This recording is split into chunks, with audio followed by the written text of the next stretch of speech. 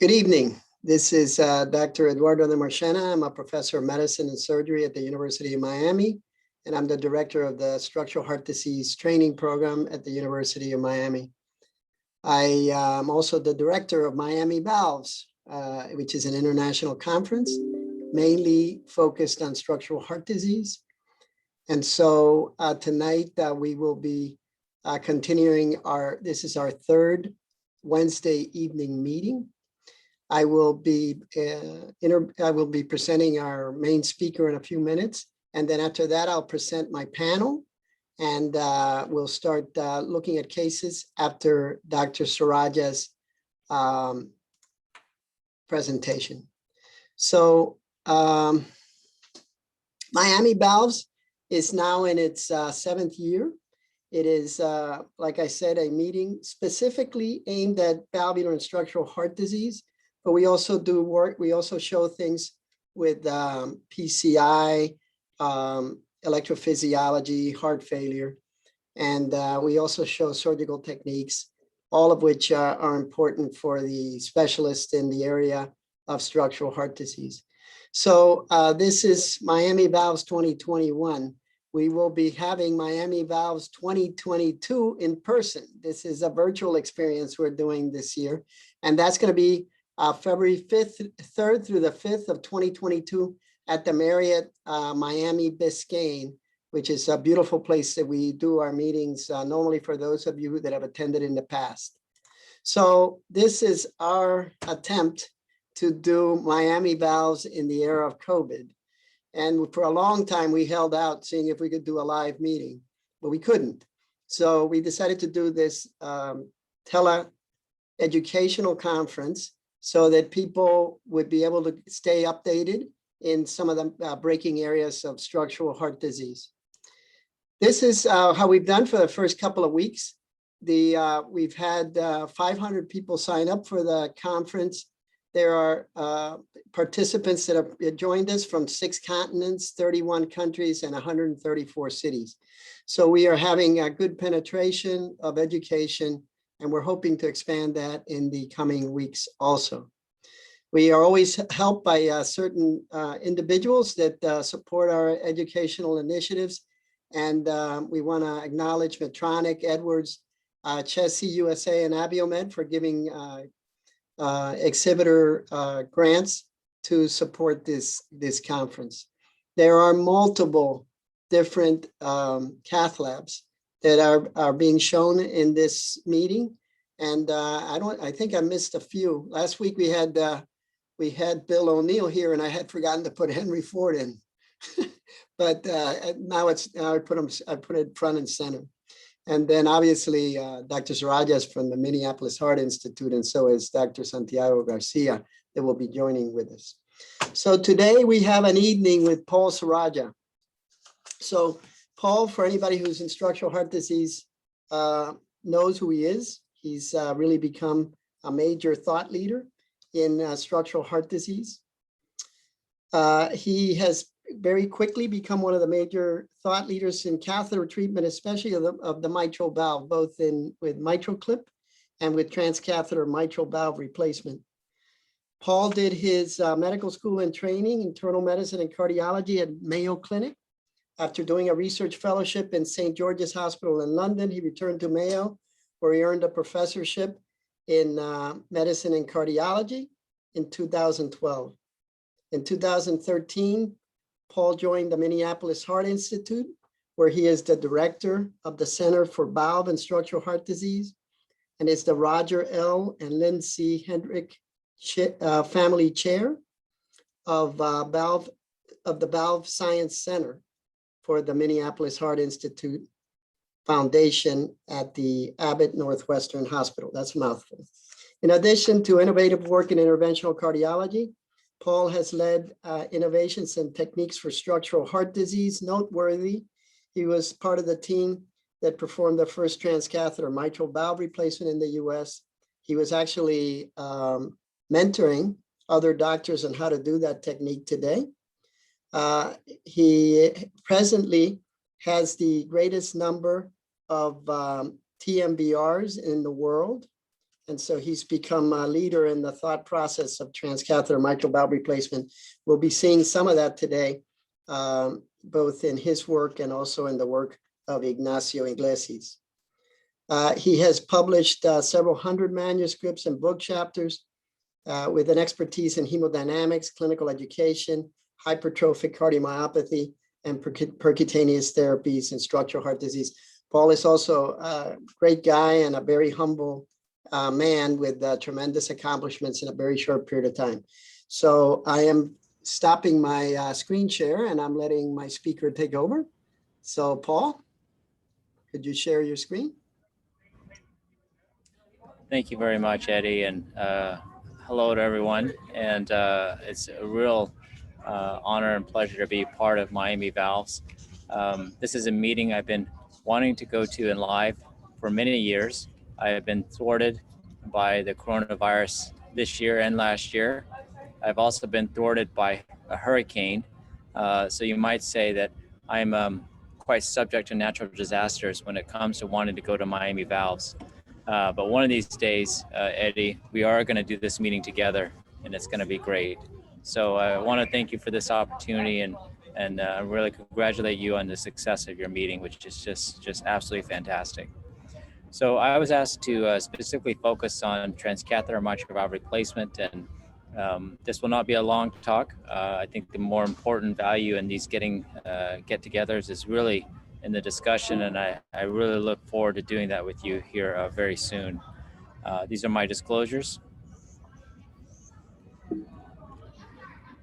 So when you think about transcatheter mitral valve replacement, well, why would you even be thinking about this therapy? Well, what TMVR really does potentially offer is complete relief of mitral regurgitation. And there are many patients who simply cannot be adequately be repaired. And when we think about TMVR as a transcatheter therapy, it really comes down to having the potential for comparable or lower risk when compared to traditional open surgery. So there are many, I think, quite attractive reasons why we should think about TMVR, and these are just a few of them. Now, when we do TMVR, we do use CTs for the planning and screening of these patients. We use CT to look at the anatomy of the mitral valve, as one can see here on the left-hand side. We measure the size of the annulus, the size of the left ventricle, as well as the left atrium. We do things like virtual fitting, in which the TMVR prosthesis is overlaid to simulate what the valve would do when placed inside the patient, and to make sure that the sizing is appropriate. We also use the CT to help guide the procedure. So on the right-hand side here, one can see what would be the anticipated position and orientation of the TMVR prosthesis once it's been placed into a patient. And we do these simulations very thoughtfully and very carefully because we want to make sure that when we put these things in, that we get it right for our patients. Now, I believe that the seminal TMVR prosthesis out there is the Tendyne valve. And this is a valve that I know many of you are already perhaps familiar with. It is the flagship TMVR prosthesis. And the reason for that is because it has a number of different design features. It is a tri-leaflet bioprosthetic valve. It has an outer frame that's contoured to fit the mitral annulus. It has multiple sizes, and it conforms to a broad range of annular dimensions. And importantly, as a first-in-class device, it is really illustrative of the need to isolate the function of the valve sealing from stability and the valve performance. And it does this by a dual frame design in which the valve is stabilized by a tether and apical pad. It can be retrieved during the procedure and repositioned as necessary. But perhaps most attractive is the fact that this device is placed without the need for cardiopulmonary bypass and without the need for rapid ventricular pacing. And this is an example of how the Tendyne procedure is performed. So here in the top left-hand side, we start with a determination of the appropriate transventricular access point. This is actually my thumb pushing on the LV, making sure that we're orthogonal to the planes of the mitral valve, both anterior posterior as well as medial lateral. We then extrude the valve from a transventricular approach and orient the shape of the valve towards the aorta, as one can see here in the top middle. The valve is then fully deployed, and with color flow, one can see here that there's complete relief of the mitral regurgitation. And this is the final thoracotomy wound, which is then closed after the apical tether has been secured and cut for this patient. The success rates with this technology are really quite remarkable. Procedure outcomes in this first 100 patients, and this is all patients in this series, all 100, 97% success rate. There were several cases in which the valve was retrieved, but most importantly, if one looks at the bottom 4 rows, there were no procedural mortalities, no strokes, no emergency cardiac surgery, and no need for ECMO in these patients. So really a very, very safe procedure overall. And importantly, when we look at the relief of the mitral regurgitation, it is quite durable. So out to 1 year, there's 98% of these patients have no MR, and of the patients who are survived, 88% were in class 1 or 2. So really a quite remarkable technology offering complete relief of MR with excellent survival and symptom improvement. Now, when we look at these acute results, it is quite remarkable to focus on, well, we can relieve the MR quite acutely. And this is just another example of the Tendyne being put in this patient. And you can see here, the top left, there's MR, but the top right and the bottom left are with the valve in place. And then the bottom right, you can see that there's complete relief of the mitral regurgitation. And it's quite satisfying to see this happen right on the table, but this can also be durable in follow-up. So this is a patient who I saw just a few months ago, and this is a patient who 5 years ago had his Tendyne valve put in, and now 5 years later, there is still complete relief of the MR, and also the patient is asymptomatic and doing well. So I think it bodes really well for the technology, and it bodes really well for the field of transcatheter mitral valve replacement. The valve is also being studied and being used in more extreme pathologies. So this is a patient with severe mitral annular calcification. And this is the very first patient that was treated in the world. This is our patient in 2016. And one can see here in the top left, there's a lot of mitral valve regurgitation. If one looks at the bottom left, there's this torrential annular calcification. The calcium volume here was over 18,000. We use a balloon to kind of prep the area, and we put the valve in, and you can see even in this patient with the most extreme of pathology that there's complete relief of the mitral valve regurgitation. And this is a view of what it looks like in follow-up. This is the valve well seated in the area of MAC. You can see that the way that this valve is designed, it's essentially made to fit the mitral valve annulus. And that's very important because we're not asking the valve to be circularized. We're asking it to maintain its most natural configuration as possible, and that's made possible with the Tendyne TMVR prosthesis. This extreme pathology was very successful, and it was so successful that we quickly moved from the first 11 patients into an EFS study, and then after the first 9 patients, the FDA went ahead and said, you've done enough, let's move to the IDE study. So with a very little experience, in which there was no operative death, no 30-day mortality, no MR, no convergence cardiac surgery. We're already moved on to the IDE study for Tendyne in patients with severe MAC, and it's really quite exciting. Now, certainly, Tendyne is not the only TMVR prosthesis. This is another example of a remarkable technology. This is the Intrepid prosthesis. This was a transapical valve.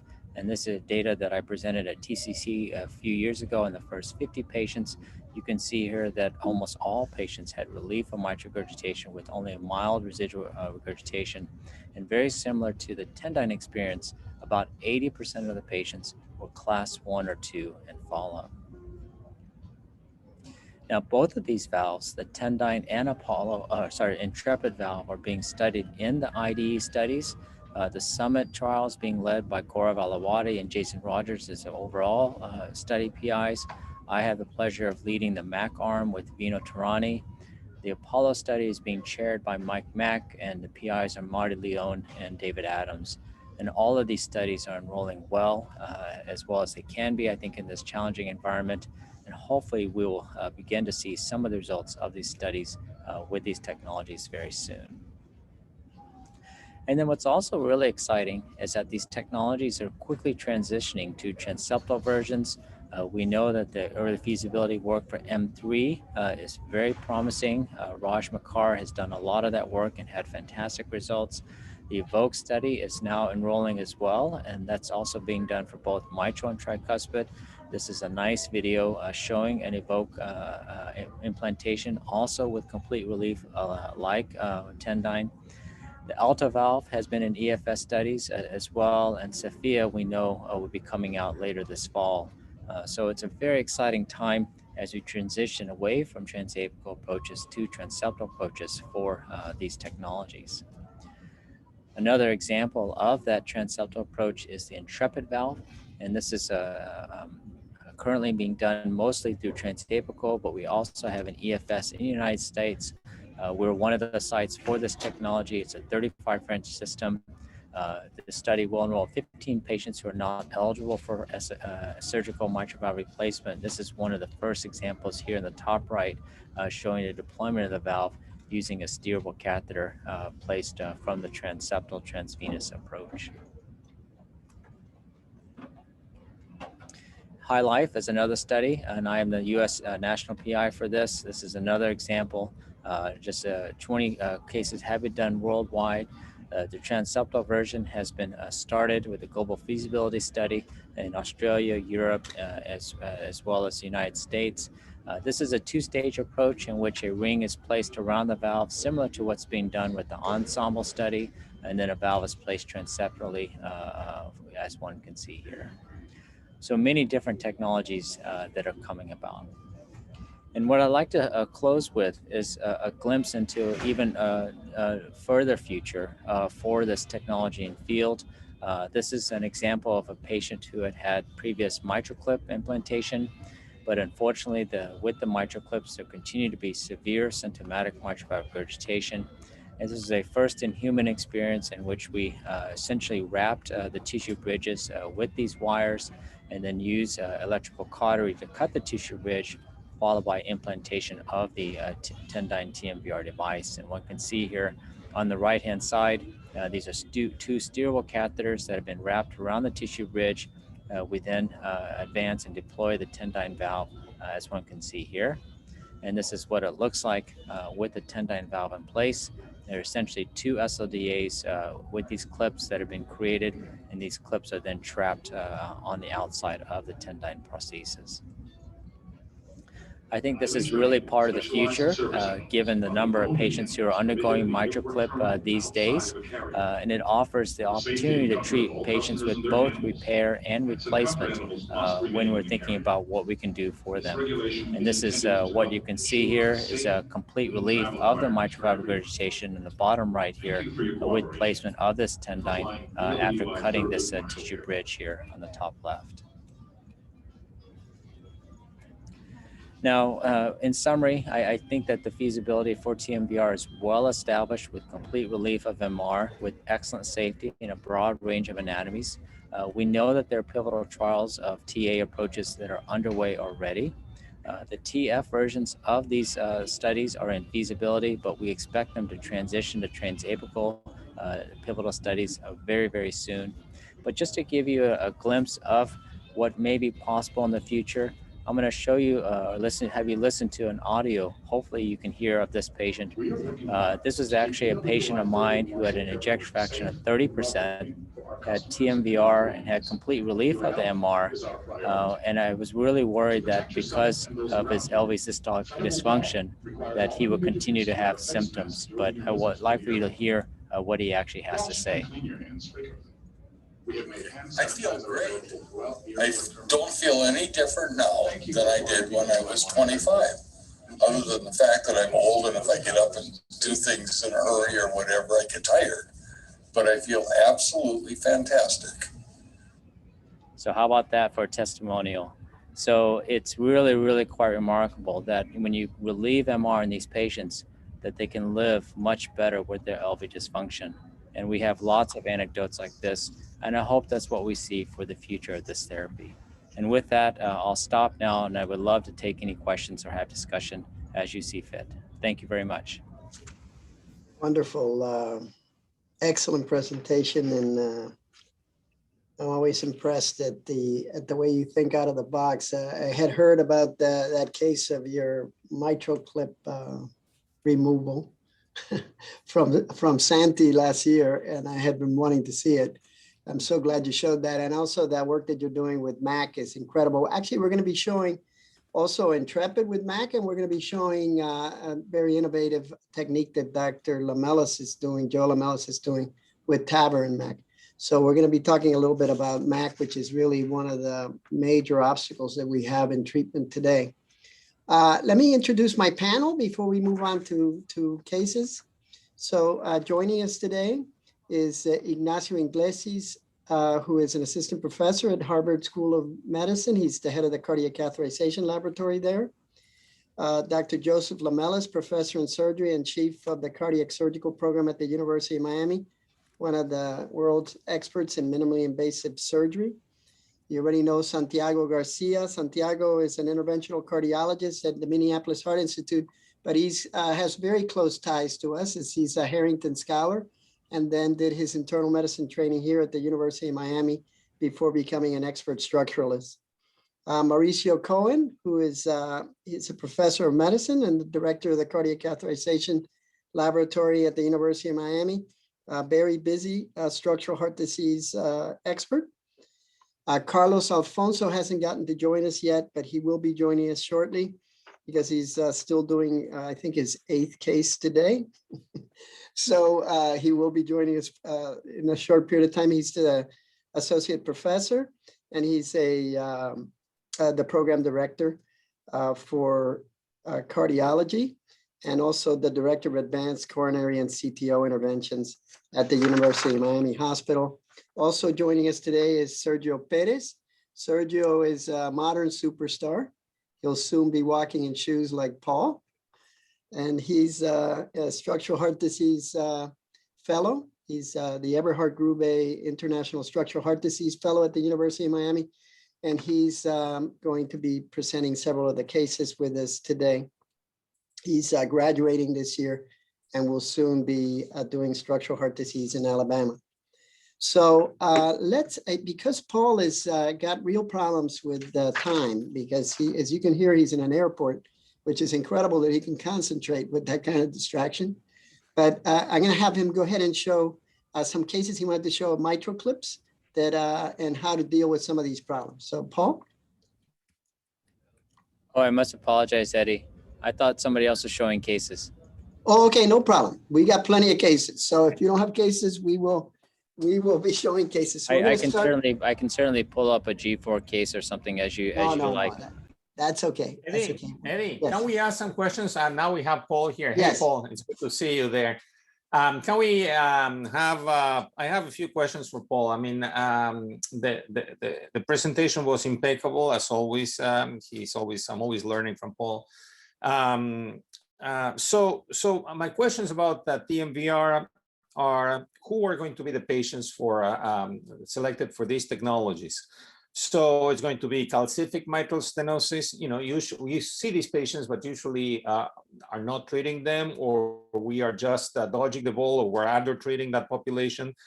Maybe it's non-surgical mitral regurgitation, but I see that the approaches are transapical, which is not very well tolerated in patients that are very infirm and frail. We learned that from TAVR experience, and we don't do more transapicals again because those patients really suffer. And then if you are thinking about a transcatheter mitral valve replacement, this technology, I'm sorry, so many questions, will have the same issues as surgical mitral valve replacement with the geometry of the ventricle and the long-term more limited outcomes, and that's why we prefer to do repairs.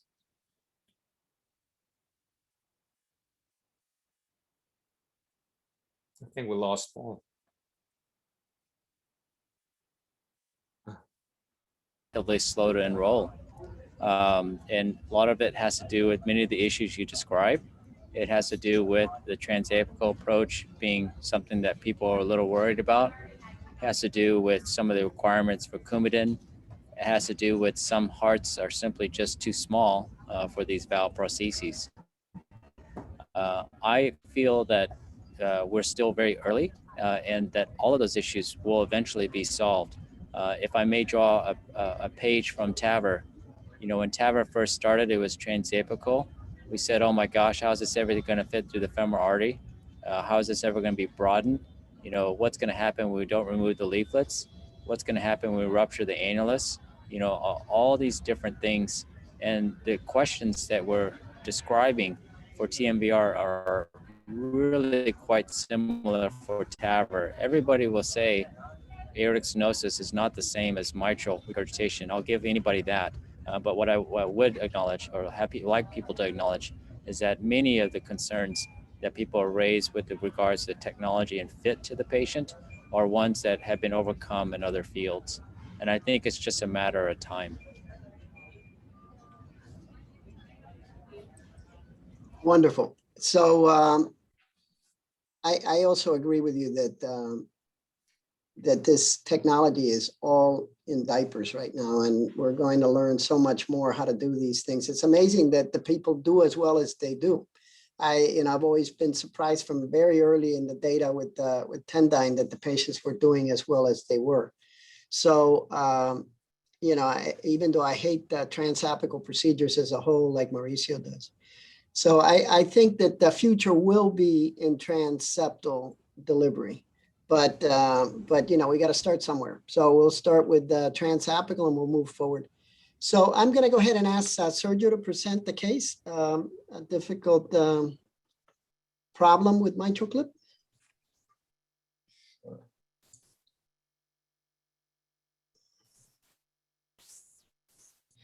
Good evening, everyone. I wanted to thank especially Dr. Sorajja, all the panelists and all the attendees for spending some time with us. Have no disclosures. So this is the first case of the night. 72-year-old man with comes in with worsening heart failure symptoms, class 3 exertional dyspnea.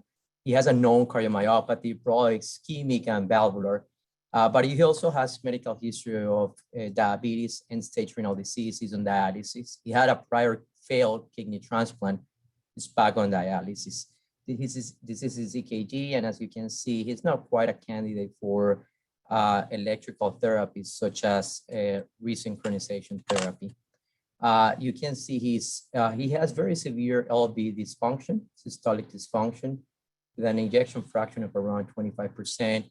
And he has multivalvular disease, including calcific AS, moderate to severe with a valve area around 1, low flow, low gradient zone. But also he has significant mitral regurgitation with both quantitative and qualitative measurements pointing towards moderate to severe. And on the 3D images, the two on the left on FOSS, the last one rotated, you can see it's functional mitral regurgitation with a central jet and that coaptation gap right in the middle of the mitral valve. He has a little blunting of the systolic wave on the pulmonary veins, and the valve area, the mitral valve area is around 4.8 centimeters square. So based on the LV size and the effective regurgitant orifice area of this patient, we can put on, based on Dr. Grayburn's study, this patient seems to be a co-op type of patient with disproportionate severe MR. So it's a patient that will potentially benefit from mitral valve repair. So the whole workup included the coronary angiogram, and as you can see on the left, coronary, he has no significant coronary disease. On the right, he has a chronic total occlusion that was attempted to be intervened in the past, but unsuccessful. And this is his LV gram, and you can see 3+, 4+ of mitral regurgitation. And you can see the aortic, the gradients across the aortic valve. His pulmonic pressure, his mean left atrial pressure is around 21, but with a large P wave that reaches almost 40 millimeters of mercury. So this patient was evaluated and was referred for transcatheter mitral valve repair. And this is as the day of the procedure. This is the transeptal, as you can see, a little superior and mid. We crossed, this was actually our first case that we did with the G4 at our institution. And you can see here, we're just showing how we can independently test our grippers. In this case, the gripper facing the anterior mitral leaflet. So we cross our device to the ventricle and we try to grasp both leaflets. We lower our grippers, and this is how much we get of both the anterior and the posterior leaflet. For the audience, the anterior leaflet on the right side of your screen and the posterior leaflet on the left side of your screen. And this is the result at this point. As we close the clip, we see significant reduction in the severity of the mitral regurgitation, confirmed also with 3D color. So we like that result and we release our clip. And this is how it looks. You see the two orifices, you see your tissue bridge. This is the result on color, so a mild 1+, 2+ residual mitral regurgitation with a quite significant drop in the B wave. This was before, this was after the clip. And you can see on fluoroscopy the movement of a stable, what seems to be a stable clip. So with this result, we finished the procedure. This is the transthoracic 1 day later, confirmed the results, quite significant, satisfactory resolution of the severity of the mitral regurgitation. So Paul, on the panel, would you, how satisfied would you be with that result and with the technique? Would you have any reservations anywhere? Well, I think it's interesting because, you know, he's got two problems, the AS and the MR. And, you know, there can be debate about which one you would want to do first. I think there's certainly nothing wrong with taking the mitral valve first. The concerns would be that if there's severe AS and there's still MR, you know, how durable this might be. But, you know, for the severe AS, you know, I would have considered at least doing a dobutamine study to see if there's contractile reserve and see if that's truly anatomically severe AS, and consider treating that first because it's pretty straightforward and more definitive in terms of the relief of the valve disease. And if there's LV remodeling that could get better, then it might make the mitral clip result a little bit easier. But that's just my take on it, and I don't think, you know, there's a perfect answer to this. It was a difficult situation you were in. Yeah, we actually consider doing that because we always go with the aortic valve first if we have to, because we like to see how much it reduces the afterload and decreases MR. But we didn't think it was a dominant lesion.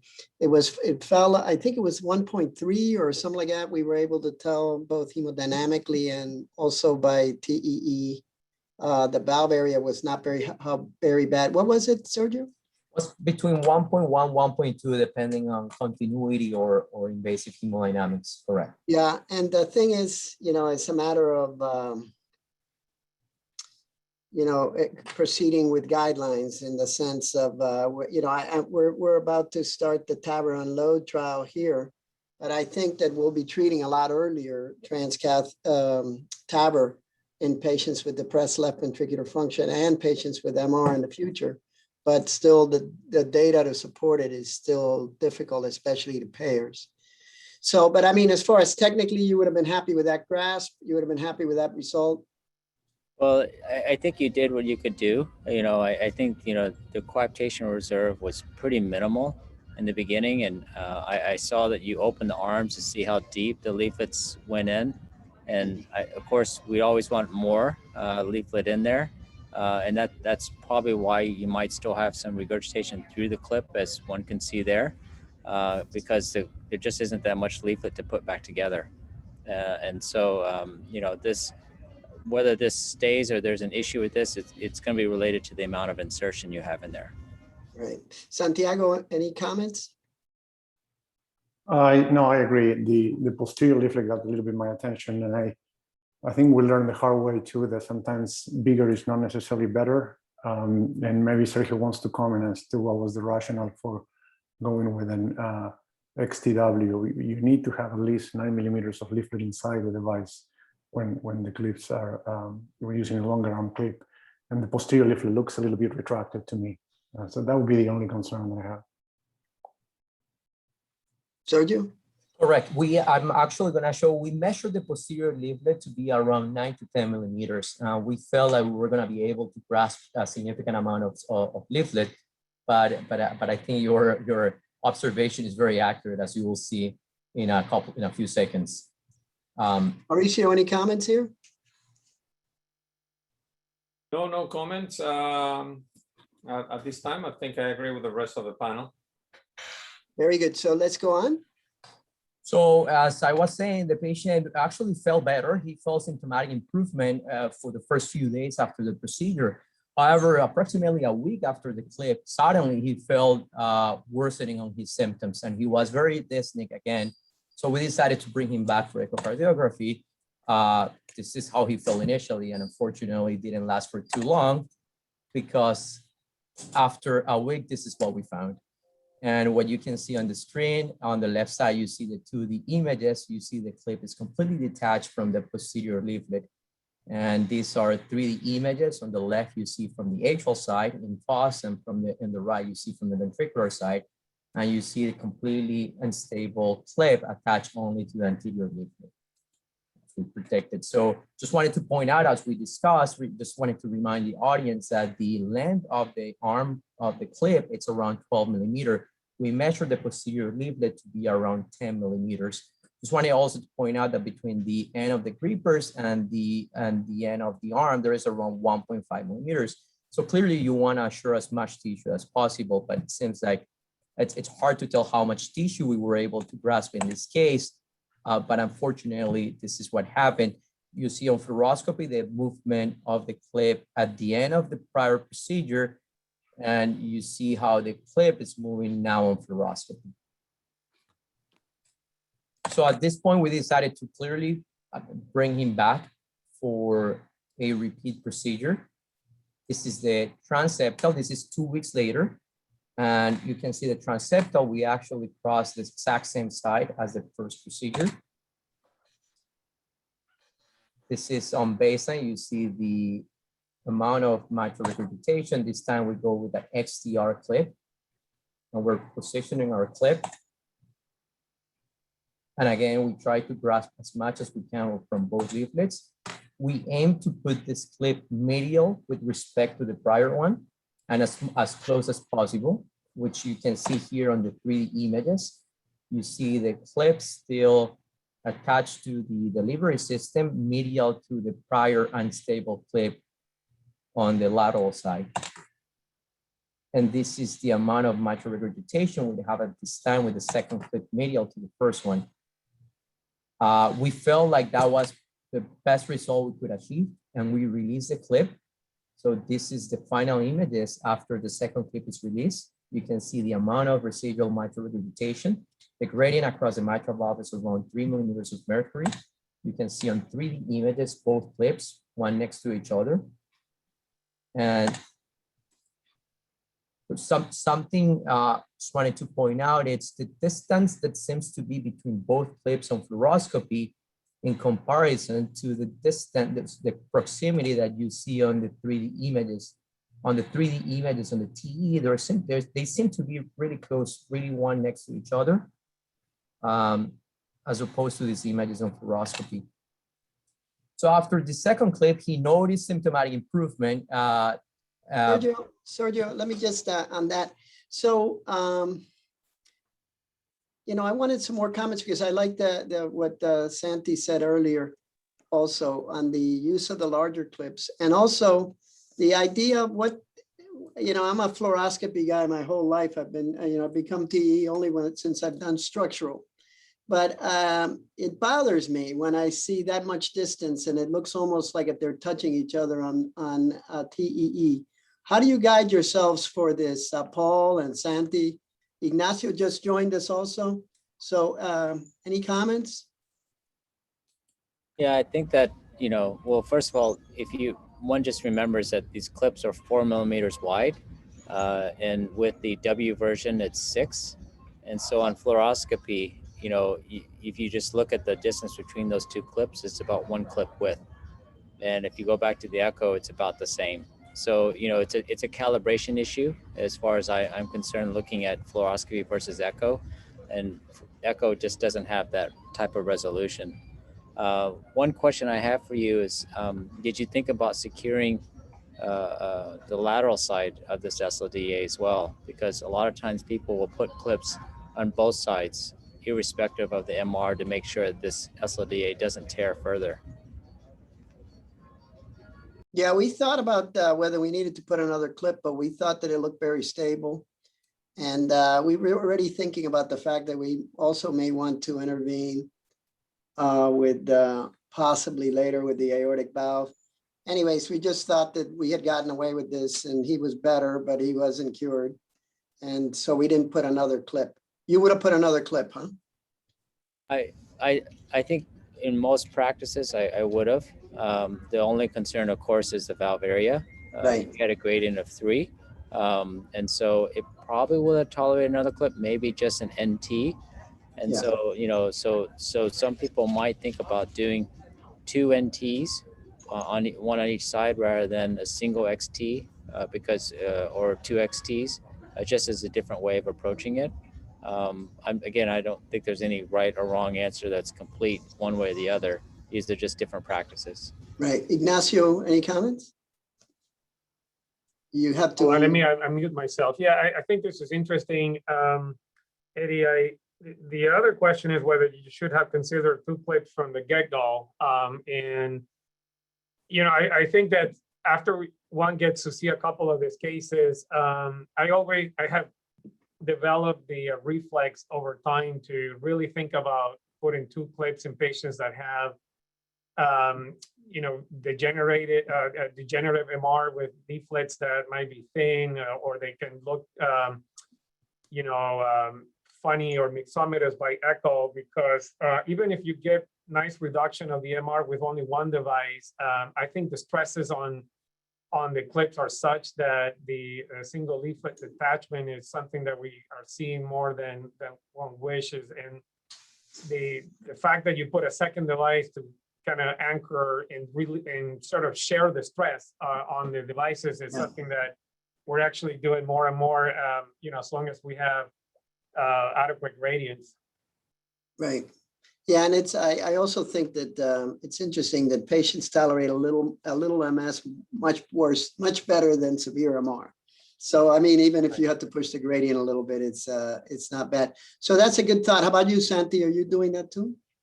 Yeah. And to follow up on your comment, there was a paper from Co-opt this week, I think, in JACC, looking at gradients after a mitral clip in heart failure patients. And at least with they had 3 different tertiles, even in the upper tertile, almost 8 millimeters of mercury. There was no difference in long-term outcomes.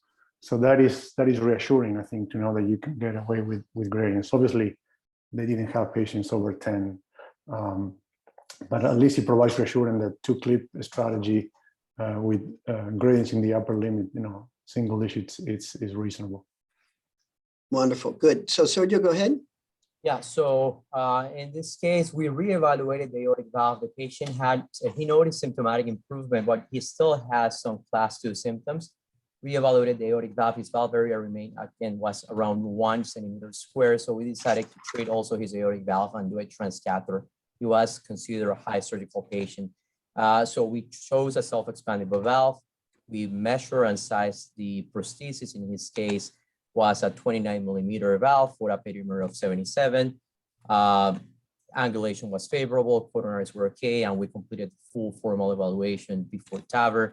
And this is as the day of the procedure. We position our valve, and this is the deployment, which you can see the final result on the right. And you can see there was complete resolution of the transaortic gradient. So we were curious to see what his mitral regurgitation was going to behave after fixing the aortic valve. This is the day 1 after the procedure, confirming a good result of the transcatheter valve, aortic valve replacement.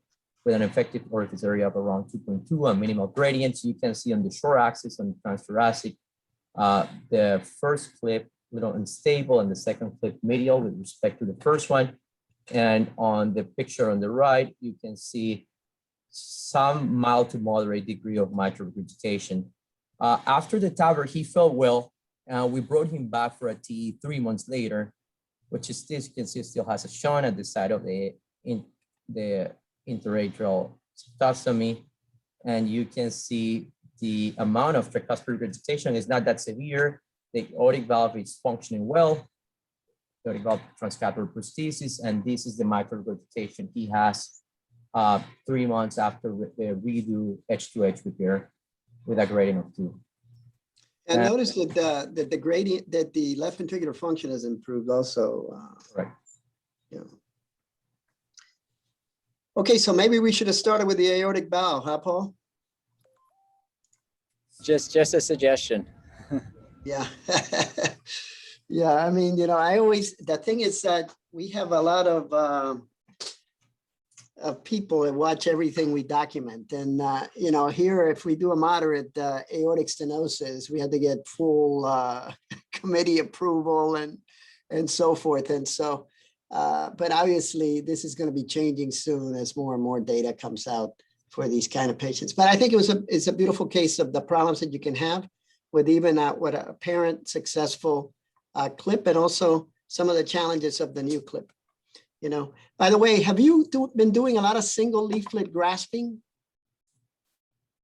Yeah, so I like to do that, but the truth is that if I can't grab it with both arms right away, I begin to second guess myself, because when one has to grab it with just one or CGA, that implies a problem with the coaptation reserve, which then implies, you know, what you can actually do to improve the MR.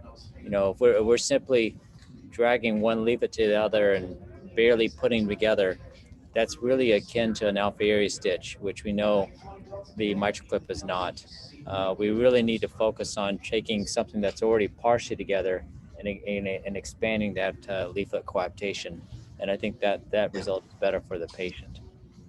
Very good. I also want a quick comment on that, Eddie, is that I think there is a penalty to be paid for trying to grab the leaflets too many times, particularly with the mitral clip. And it's the fact that, you know, every time that you drop the grippers on a leaflet, there is injury to the leaflets themselves. And I think I find, you know, we had a handful of cases in which, in the process to try to optimize the clip, you find yourself then with a destroyed leaflet, and worse MR in a situation that you can't really fix anymore. So I think I'm a little more reluctant to do it in very degenerative valves. I'm more likely to do it on functional cases.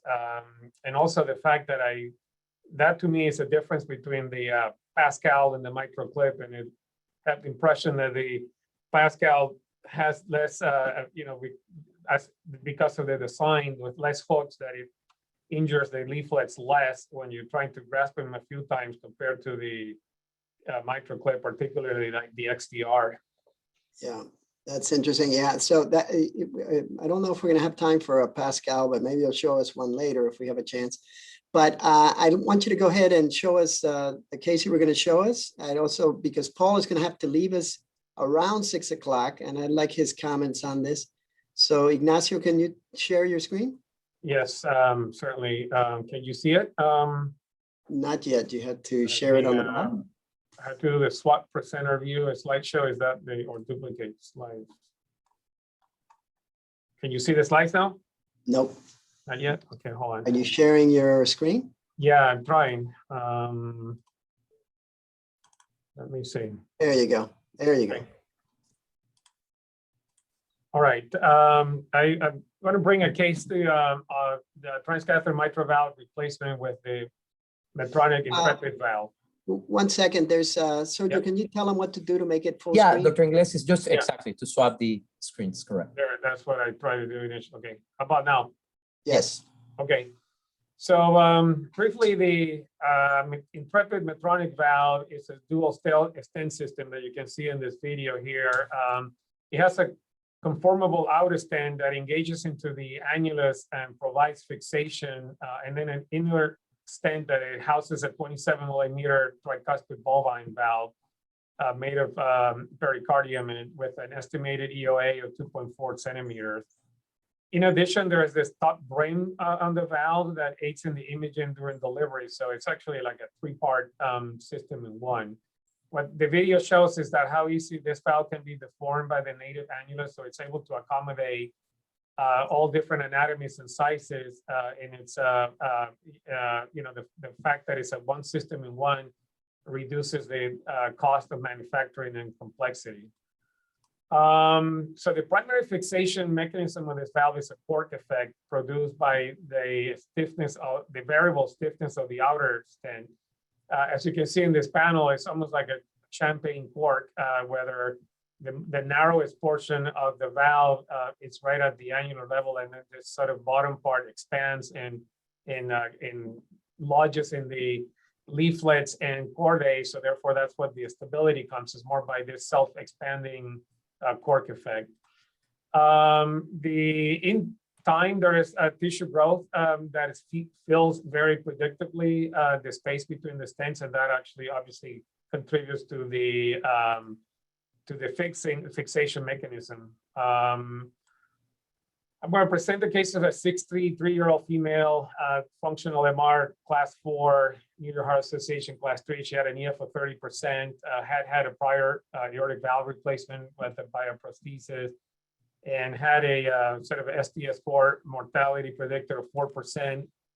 And therefore, she was included in the Apollo trial. You can see here she had 4+ MR functional type. And so just to briefly summarize the process of getting a patient through the Apollo trial, so it's a three-step process. We have to look at the clinical fit, make sure the patient meets all the criteria for enrolling, more comorbidities, LVF, all of those things are looked at. It's a trial that includes patients with intermediate and high risk for surgery with a EF cutoff of greater than 25%. Pulmonary hypertension is an exclusion when it's above 70 millimeters of mercury. And there's an exclusion also for severe RV failure or severe TR. The next step is to check on the anatomic fit. So CT scanning is done, and obviously we need to make sure that the patient's annulus size is adequate. And very importantly, the LVOT to estimate the risk of LVT obstruction. We'll get to that in a bit. And then finally, the procedural fit, make sure the patient has adequate access for an apical, transapical, which has been the predominant form to deploy this valve, although there's an EFS trial going on with the Transseptal system. There have been 14 cases up to date with great results. However, for the majority of centers, including ours, we are still limited to the transapical access. So CT scan is very important in this screening. As you can see, this is a report of our case. It's a very elaborate report that looks at annular sizes, diameters, perimeters, and we basically have two valves available nowadays, a 42 and a 48. The 42 can reach an annulus of up to 10 square centimeters, the 48 up to 13. And this is all done by, again, CT analysis. Neo-LVOT obstruction, obviously a concern for this valve, as it is for any transcatheter mitral valve. This is the most frequently encountered reason for exclusion on the trial is the risk for neo-LVOT.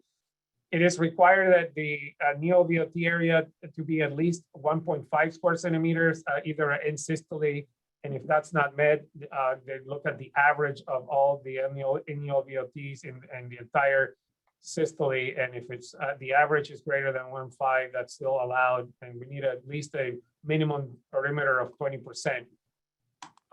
So the interesting thing about this valve that might make it particular to all other TMVR systems is that there is the anterior leaflet is held in tension by the valve itself, by the lower part of the valve, like by that corkscrew mechanism, and it's possible that it tenses the anterior leaflet away from the LVOT, preventing SAM, and therefore, the risk for neo-LVOT obstruction appears to be lower for this system compared to other TMVR, and certainly compared to the Sapien valve. But you can see here how the anterior leaflet is tense by the valve and therefore less likely to invade the neo-VOT.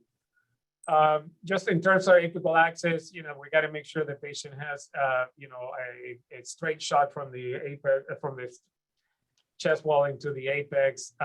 We've got to make sure you're not going to be puncturing the LAD or the true apex itself. The preferred location of the apical access is somewhere towards the lateral wall of the heart at 2.5 centimeters from the true apex. That's to facilitate the purse strings. So the way this valve is deployed is a hydraulic deployment of a self-expanded stent. The first step is just to advance the delivery system to the left atrium. Second step is deploy the brim. Third step is to retract to the desired position. Fourth step is to expand the fixation ring. And then finally is the release.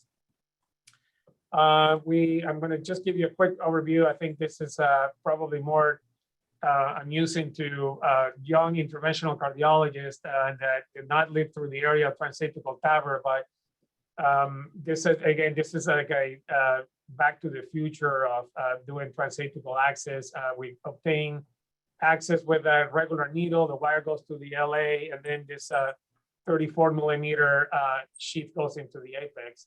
This is all done by the surgeon, of course. Purse strings are the preferred way of sealing the apex. Actually, the location of the puncture is directed by TEE, and you can see here in the lower portion of both images, there's a finger poke into the apex to locate the where the puncture site would be. I cannot stress enough how important echo navigation is here. The echocardiographers need to spend a lot of time in laying out the anatomy before the procedure. But as you can see here, the valve is actually being advanced from the apex into the LA. This is done without a wire. So it's literally just visualization by echo, directing the echocardiographer. The echocardiographer, directs the surgeon in advancing the valve into the LA. And obviously we want to go through the center of the valve.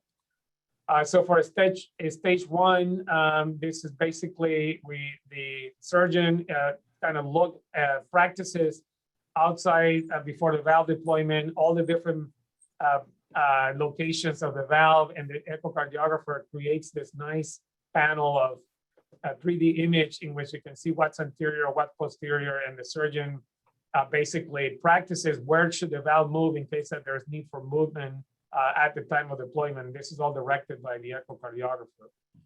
We deploy the brim as a first step. That's just basically done through an indeflator up to 25 atmospheres to basically deploy the brim, which is the brim is basically there for fluoroscopic and echocardiographic guidance. It doesn't really do any function in the valve itself. It just allows us for a precise deployment. And you can see here, both on fluoro and on echo, this brim being deployed. Then we need to identify the target or where the valve is going to land. It's basically the echocardiographer creates a virtual landing by drawing a line in the annulus, as you can see here in the right lower panel. And then he creates a parallel line 6 millimeters above the annulus and creates this landing zone, which is where we want the brim to basically end at the end. And we do that with some other landmarks. For example, the left circumflex or the left atrial appendage are frequently used as landmarks to sort of like create this landing zone for the valve itself. We then expand the valve with a breath hold and rapid pacing. The rapid pacing is done at, for about 25-30 seconds. And as the valve is being retrieved into the landing zone, we're based on the 6 centimeter landmarks that the echocardiographer had created for us, we know how low we need to bring this valve. If we confirm the position and the surgeon, the echocardiographer gives us the green light to deploy the valve, which is you're seeing at this point. There's a final timeout before full release because you could still pull this valve back into the ventricle if you're too atrial, and then the final release of the valve. We stop the pacing. This is how it looks fluoroscopically. And this is all done with the same indeflator. You're going to see the bottom of the valve, and then the full release and stopping the pacing. So it's important to remove the delivery system in through the center of the valve, taking care of not injuring the leaflets or moving the valve itself. The surgeon closes the sheath and the incision, and this is what the final results are. This is a well-deployed valve with a mean gradient of 2 millimeters of mercury and good paravalvular sealing with no PVL. We confirm also how the valve sits very nicely in this anatomy. You can see that the outer stent is deformed, but the inner stent is not. So that's like kind of the beauty that you can adapt this to many different anatomies. And if you pay close attention to the fluoroscopy of this valve, you can see how the valve is getting squeezed right underneath the brim by the annulus, and that kind of helps the conformability of this valve.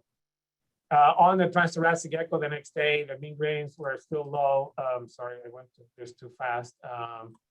And the mean gradient was 2 millimeters of mercury. So procedural time, puncture to closure was 23 millimeters, placement insertion to final deployment 12, rapid pacing in this case was 30. We're getting better, and we are now able to do this valve with like 20 seconds of pacing time, and the skin to skin was less than 2 hours.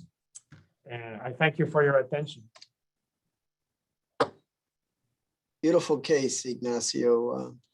You know, I wanted you also to talk a little bit about, you have a MAC trial also. Right. You have,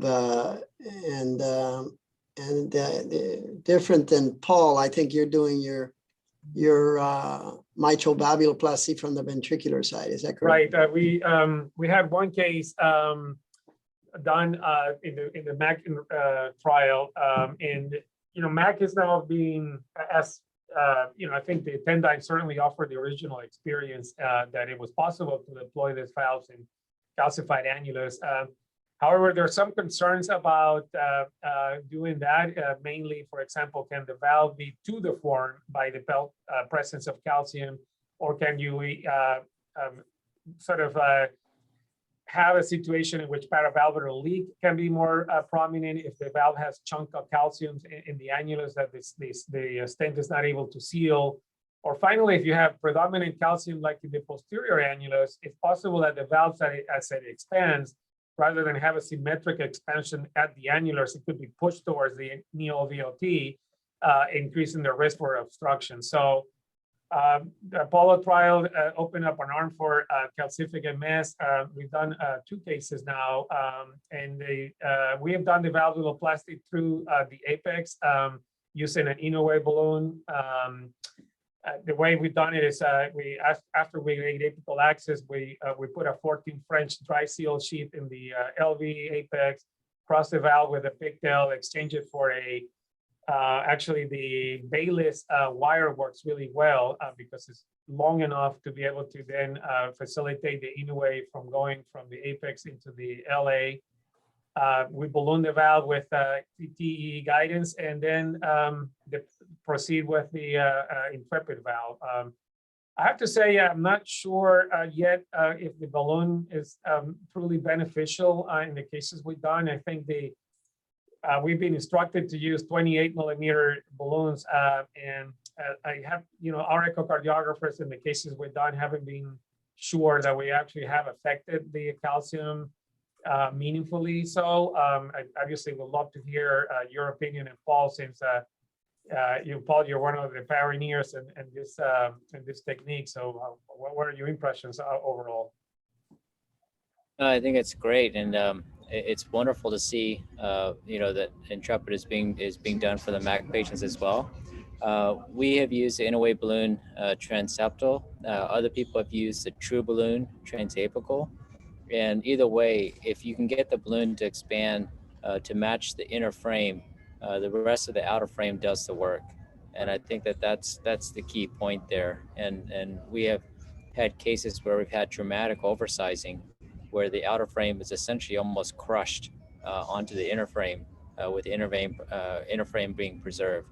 And so it works really well. And I like using the balloon, especially for large spicules or leaflets that you're just not sure they're going to expand as well, because as you know, the last thing we want to do is have these valves watermelon seed during the deployment. What size Beautiful. of balloon So- do you use, Paul? Do you size it by CT, or how do you choose the No, balloon size? don't size it. I just whatever valve you're choosing, Right. I match the balloon to the inner frame that you The want inner the frame. valve to expand to. Wonderful. So Paul, I don't know if I'm hoping your plane is late. You have to leave us. So Paul is leaving us now from the Baltimore airport back to work tomorrow in Minneapolis. But it's been fantastic to have you, and perfect timing talking about MAC.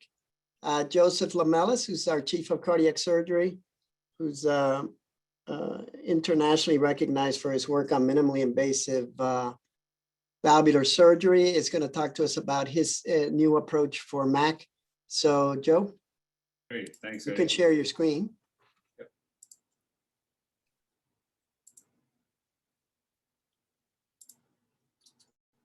Perfect. You see my screen now? Perfect. Perfect. Okay, so I'm going to discuss a case of a patient with severe MAC and how we approached it, and I'm going to show you a little video at the end so you can see exactly how we do it from a surgical approach. I'm sorry I wasn't able to hear the other presentations, but I'm not sure if anybody else talked about the surgical approach, but I think this summarizes exactly what we do at surgery when we encounter this type of pathology. So these are my disclosures. So this is an 87-year-old female who presented with progressive dyspnea on exertion and fatigue. And she also had mild exertional angina, and she had functional decline over the past 6 months, and also had a history of chronic atrial fibrillation. So she had a transesophageal echo, which showed preserved left ventricular ejection fraction with a mean gradient across the aortic valve of 34. And she had moderate to severe mitral regurgitation with mitral stenosis with a mean gradient of 11. So she had combined aortic and mitral valve pathology. This is an echo showing the aortic stenosis, which looks a little more severe than billed.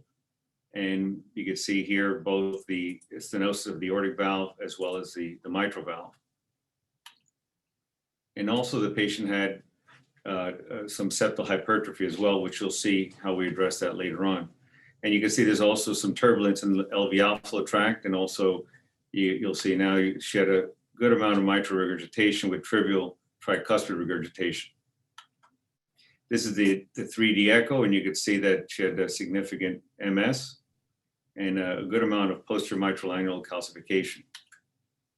She underwent a cardiac cath, which showed normal coronary anatomy. The mean, PA pressures are 52/22 with a mean gradient across the aortic valve of 45 and a 20 millimeter gradient across the mitral valve.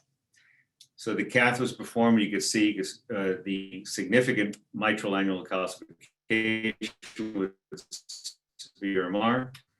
And then you can see it again here. So this is pretty significant. Actually, when we see this in surgery, it's a lot worse than when you actually see it at the time of a cath or of an echo. And you can see the coronaries are normal. But again, you can see that big horseshoe calcification with extension into the ventricle with these two little prongs that go into the ventricle there. So obviously every patient today undergoes a TAVR workup because the initial plan was, let's do the TAVR and see what happens with the mitral. But obviously with severe MS, the TAVR is no longer a consideration, or it can be as a hybrid type approach, but we have other ways of handling. So the options in this 87-year-old patient were medical therapy versus surgery.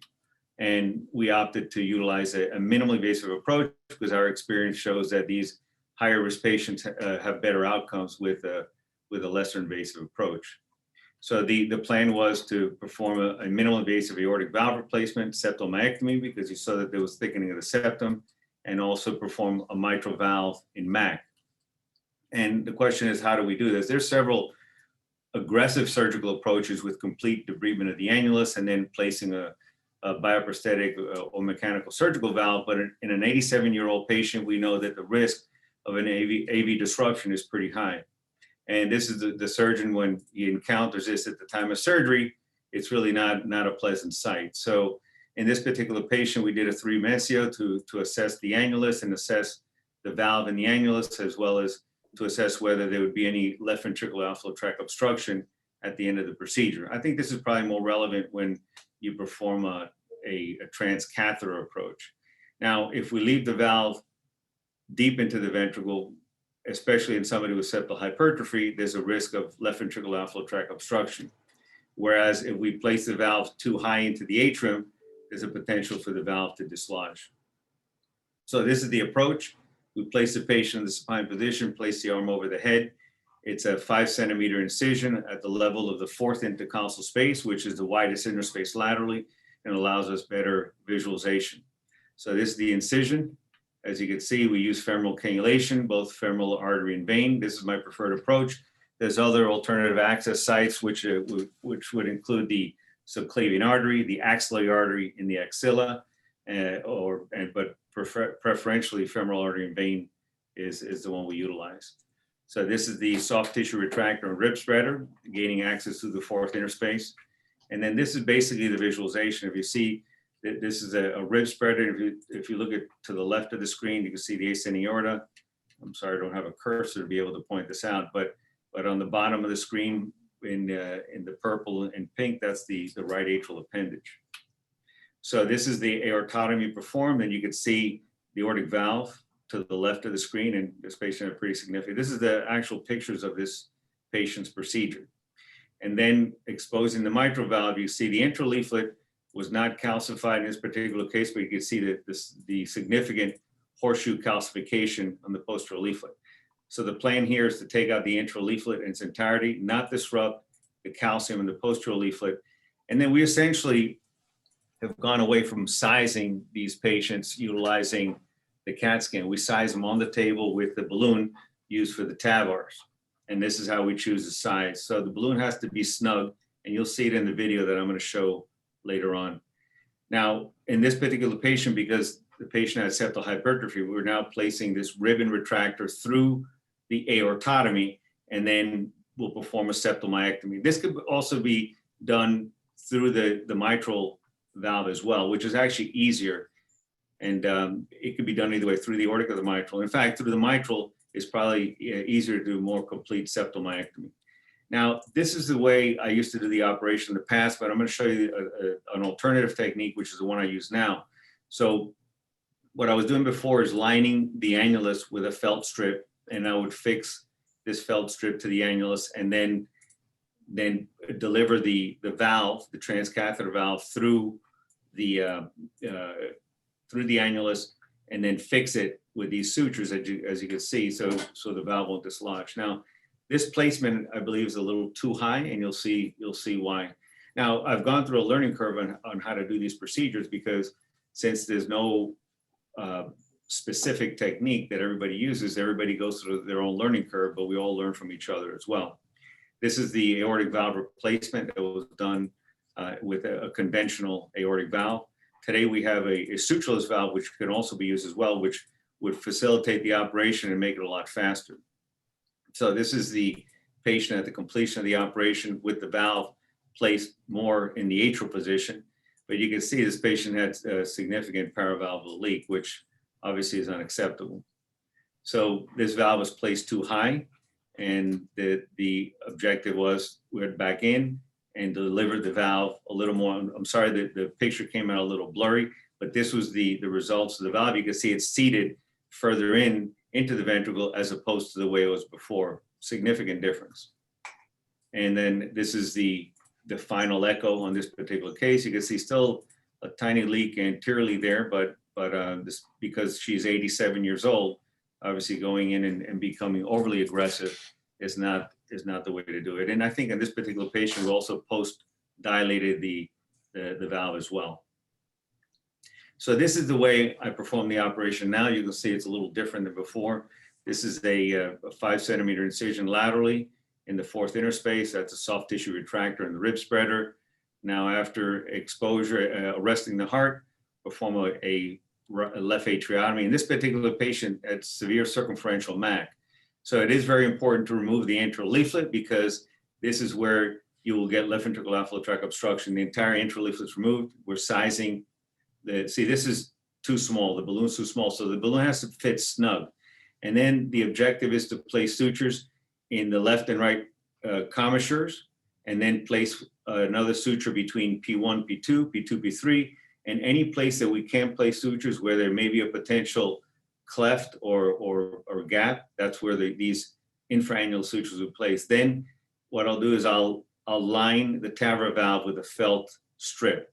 Instead of placing it in the annulus, now what I do is I line it on the actual valve, and then I'll mark the mid portion of this felt strip, and it'll be the guide of where I need to land this on the annulus. So this is the balloon placed on, the valve placed on the balloon, and then we're slowly deflating the balloon, making sure that we reach that landmark on the felt strip to be where the annulus is located. We can move it at the, close to the end, but if we have to take this out, my experience is that we have to open up a new valve because the valve is pretty much damaged.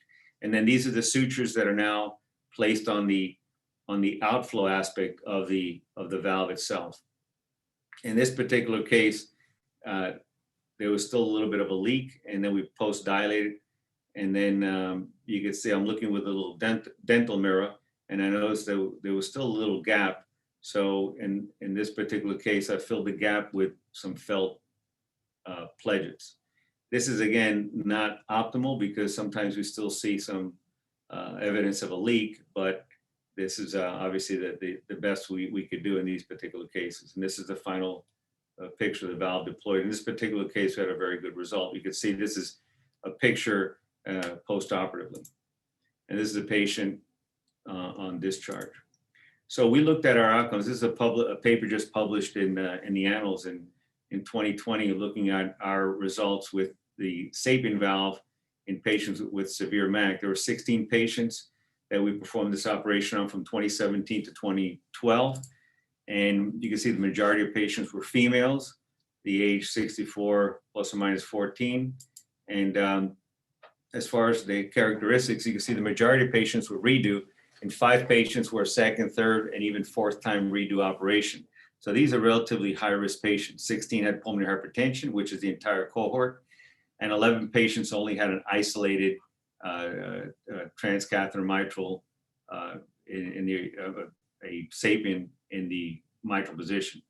2 had a concomitant aortic valve, 2 concomitant tricuspid, and 1 concomitant maze. And 5 of these patients underwent the operation utilizing a fibrillating approach. In other words, we would not cross-clamp the aorta and deliver cardioplegia because these patients had severe adhesions, and it was prohibitive to even place a cross-clamp. So they were done with the heart fibrillating on cardiopulmonary bypass.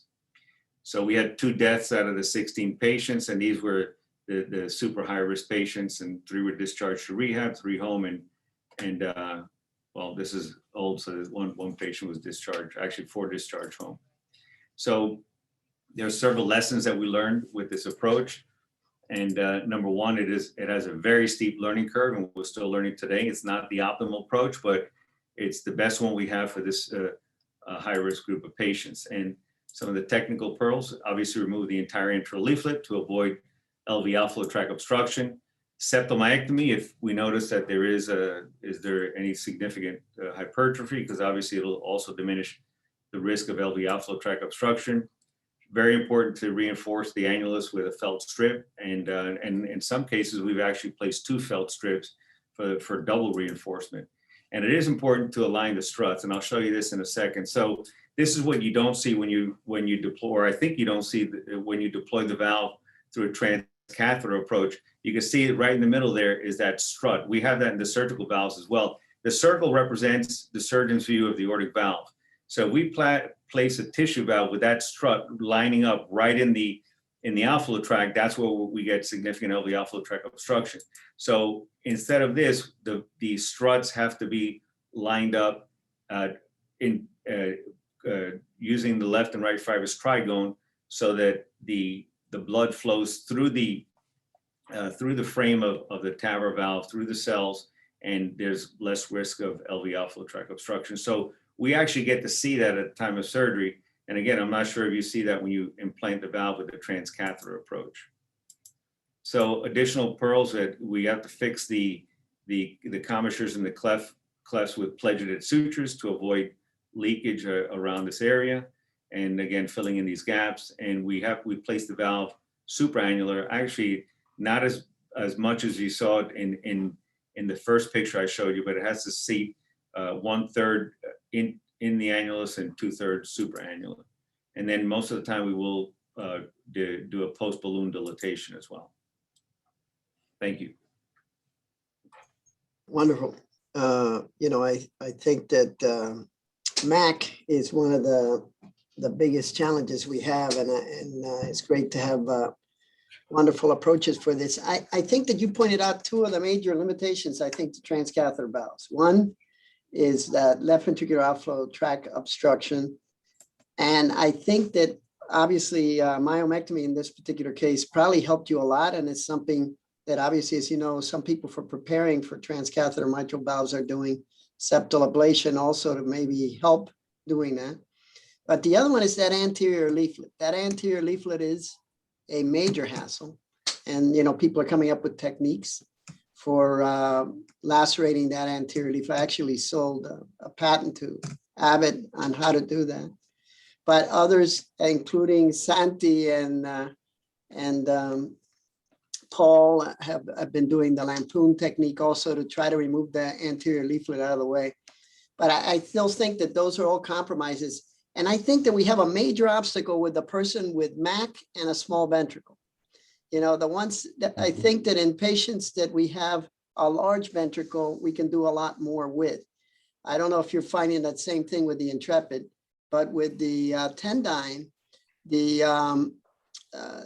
patients that do the best are the patients with functional mitral regurg, because you have a large left ventricle. You can avoid that left ventricular outflow tract obstruction. Do you have any comments on that, Ignacio and Santi? Santi, you go first. No, I agree with all your comments, Eddie. And I was thinking a question for Dr. Lamelas. What kind of gradients are you seeing after these procedures? That's one of the limitations we have with SAPIEN in rings or in MACs. Are you asking gradients across the aortic valve or the mitral valve? The mitral valve. Yeah, we've only had, in that series, we had one patient that had a gradient in the mitral valve. Just one patient out of those 16. That had a significant, more than 10. Significant stenosis. In the mitral valve, correct. Yeah. And the sizes you were using, Joe, was the range? 29 was the average size that we used.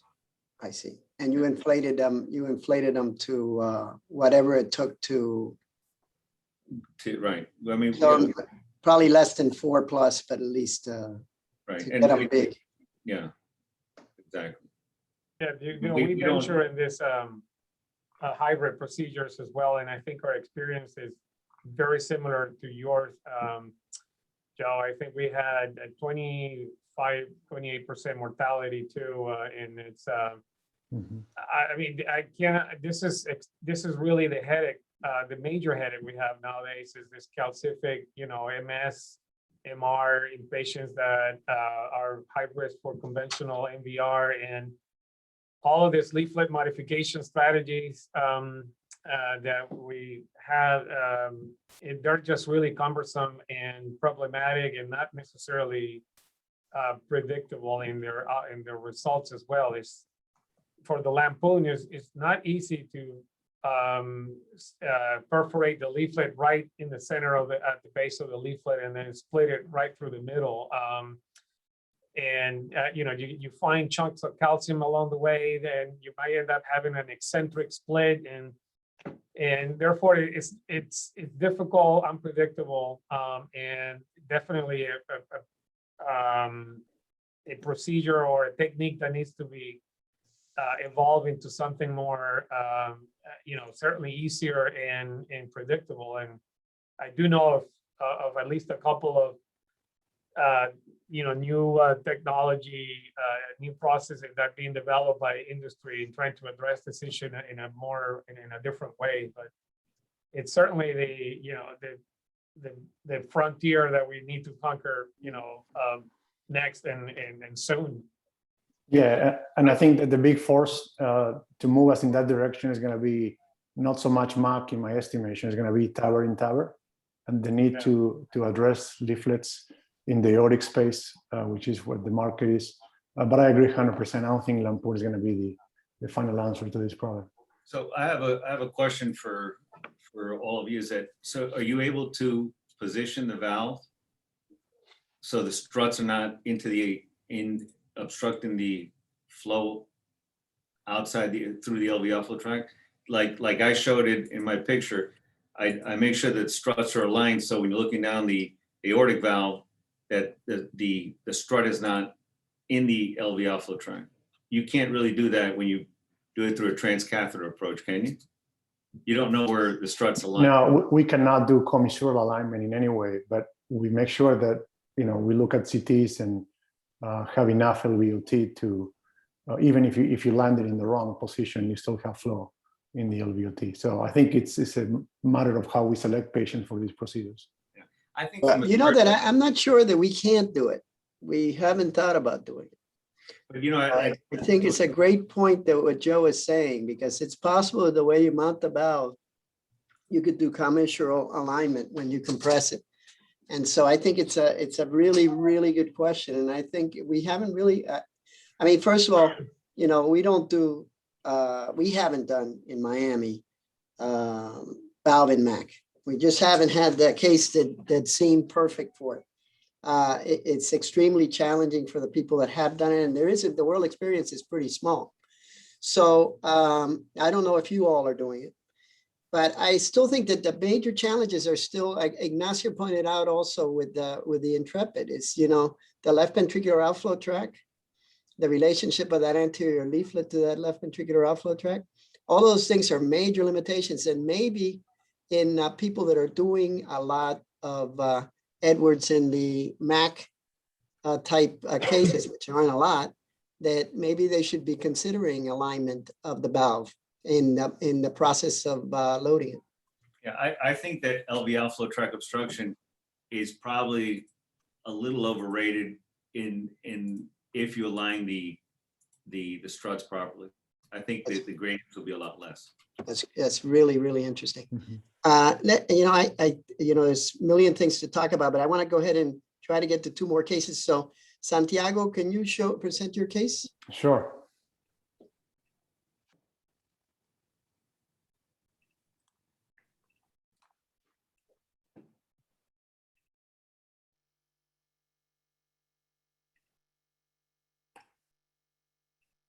Can you see my slides? Nope. Now we can. Yes. All right. So I'm glad I have Ignacio here because he taught me how to do this. I'm not gonna blame him for the outcome though.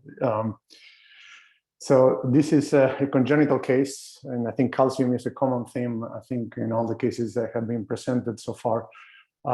It's a young patient with 5 previous sternotomies. He has truncus arteriosus and hypoplastic branch pulmonary arteries. The most recent interventions that are relevant for the case discussion are a 24 millimeter pulmonary homograft and a St. Jude mechanical valve in the aortic position. He also has significant bilateral branch PA stenosis that has been stented. The indication for intervention, he has severe free-flowing PI with evidence of right ventricular dilatation.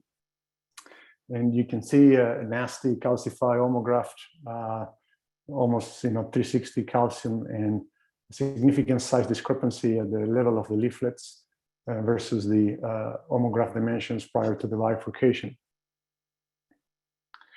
And so this is our baseline angiogram. I think you can appreciate the calcium on fluoroscopy as well. There is a mechanical valve in the aortic position and severe free-flowing pulmonary regurgitation.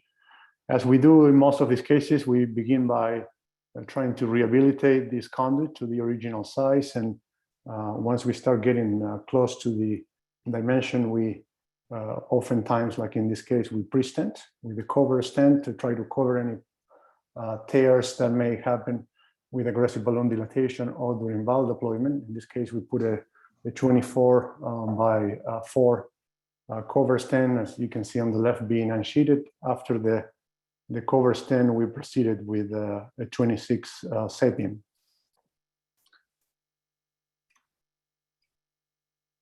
This is our final result. There is, I would say, the good result. We still saw a little bit of a leak and decided to post-dilate this valve with 2 extra cc's on the balloon on the right.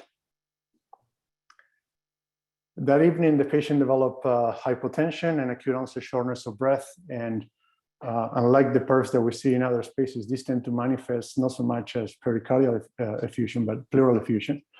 And this is the X-ray the next morning. Took him back to the cath lab, and there is a pseudoaneurysm above the sapien valve in this heavily calcified homograft. And this was confirmed by CT. And you can see both the 2-dimensional images and the 3D reconstruction. This is a dynamic CT showing the almost 360 calcification at the level of this pseudoaneurysm. So how do we tackle this? These are the cover stents we have in a cath lab. I think most congenital cath labs have these CP stents. They come in 2 configurations, the 8 and the 10 sig, and even the 10 sig configuration can only go to 30. The size of the pseudoaneurysm was 36. And so we felt that this was not going to provide a good solution. So we decided to use an endoprosthesis, essentially what we use for AAAs to extend the AAAs. We use a cuff. These come in lengths that could be reasonable for the pulmonary artery. We use a 36. And we had this limitation, which is these endografts are not designed to be delivered in the pulmonary artery. So how do we get them there? Our standard technique for sapien implantation now is we put a 65 centimeter dry seal, so we don't have to navigate the tricuspid valve. We just unsheath the sapien. And so that's what we plan to do here, but we didn't have enough length. So our solution was to remove the stent from the delivery system. And at the end, you just have a stent and the string. And we were prepared to deploy the stent inside the dry seal and then just push it out. And so the goal was to use the dilator of the dry seal as a pusher. The stent is being loaded now in the dry seal. And then once we run out of a string, we deliver the stent inside the sheath. And this just simply use this pusher here on the left to advance the cover stent. So that's what we did. And you can see here, we were able to deploy that endograph above the sapien, and then we use a non-compliant coda balloon to post-dilate that. And now the sapien valve is essentially pushed to the side, so we have covered the pseudoaneurysm, which is now resolved, as shown on the right, but we're back to the original problem, which is severe PI. And so we had to put another sapien inside. And this time we put a 23 inside this conglomeration of multiple stents. And this is the final result. And we have a little bit of central PI where the wire is, but overall, I think we were quite happy. We covered the pseudoaneurysm, and we were able to address this without surgery. This is our 30-day CT, just showing the endograph covering the pseudoaneurysm, and you can see the struts on the 3D reconstruction. So this patient has done well despite all these challenges. So I'm encouraged to see Ignacio's perspective. He, as I said, he trained in this. He's the expert in the panel. So, I mean, that's an incredible case, Santiago, and what a save and very creative solution here. What's you're referring to a Cobra stent? What is that stent? No, it's the coda balloon. It's essentially, this is a cuff of a Gore endograph. No, but the stent that you deployed before the sapien, the original stent, what was that? It was a CP stent. It was a Cobra a CP, stent. okay. A CP. Yeah. I misunderstood it. You said Cobra or so. No, so no, CP stent. Yeah. It is possible that the injury happened at the edge of the stent, you think, with the CP? Because yes, that's how the aneurysm looks like, right? Yeah, it happened at the edge, at the upper edge of the stent, and it might have happened during post-dilatation, more likely. Right. And and what balloon do you use to deploy that stent in relation to the size of the homograph? You know? So it was, we tried to do it about the same size. So this was a 24 homograph. So it was a 24 balloon in balloon. Balloon in balloon, yes. Yeah. Yeah, no, I mean, this is the obviously the challenge of homograph is that they get very calcified and in many ways, despite the calcification, they get brittle and they can break. And this would have been a case in which the cover stent wouldn't have prevented this because obviously it's at the edge. Yeah. It's also challenging to make this diagnosis during the case because the homograph, I mean, they're big vessels, you have resulted PR, there's really not a great way to do an angiogram after one of these valves. You know, people have used things like power injector through like multi-track catheters or even pigtails, but it's not an infrequently missed issue like it was in this case. But you, I mean, you resolved it beautifully. I think the way this was handled, it's masterful. So, congratulations. No, thank you. I still don't understand how your dry seal was how long? 65. And you were able to get to the homograph in a 33-year-old with a 65. Yeah, we typically can get the sheath with a stiff wire. It will get to the main PA. Yes. Yeah, that's wonderful. It's a very, very innovative way. And so you just held on to the string and pushed. Exactly. We deploy essentially the stent inside the dry seal, and then once we got to the tip, we unsheathed it. But we were no longer attached to the string. So that's a brilliant, innovative way to solve this major problem. Right. I mean, I think the dry seal is particularly a good sheath for that because of the hydrophilic coating. So it would allow you to advance the stent without the risk of, dislodging some of this sheath material into the artery, which could happen with, for example, Cook sheets or things like that. So. Yeah, it's our two-go sheath now for all the PVRs with Sapien. And by the way, we use it. Funny enough, on Monday, one of our EP colleagues asked us to help with a micro that embolize into the pulmonary artery, and that's how we retrieve it. We put a dry seal, a big dry seal, and snare it. So it's quite convenient, I think, sheath for working the pulmonary artery. Yeah. Great. Joe, any experience on treating those calcified homographs surgically? You got to unmute. Well, I don't have any transcatheter experience, but No. the surgical approach is always very challenging with any calcium around the heart. I mean, those are very tedious operations. Yeah, the transcatheter approach really is now, I think the surgical approach for this is very rarely done anymore. And so it's wonderful that we've gotten these transcatheter approaches for this. So I think we wanted to show another case. Sergio, you want to show just your case? This is for people that aren't familiar with valve-in-valve mitrals. So why don't you show this? Okay, so this is a quick way to familiarize the audience with mitral valve-in-valve, no disclosures. So this is a case of a 77-year-old man with heart failure class 3 symptoms. He has history of myasthenia gravis, and he has valvular heart disease. 13 years before, he had a first cardiac surgery where he had a mitral valve replacement with a Mosaic 31 millimeters. And then most recently, 4 years ago, he had a minimal invasive aortic valve replacement with a trifecta valve. Now he comes in with heart failure symptoms and an apical systolic murmur, and cardiogram concerning for mitral prosthetic valve failure. You can see his EKG, he has atrial fibrillation, and he's on anticoagulation. So we discussed this patient on multidisciplinary team, and the consensus was to first try to approach him with a transcatheter therapy. This would be his third cardiac surgery.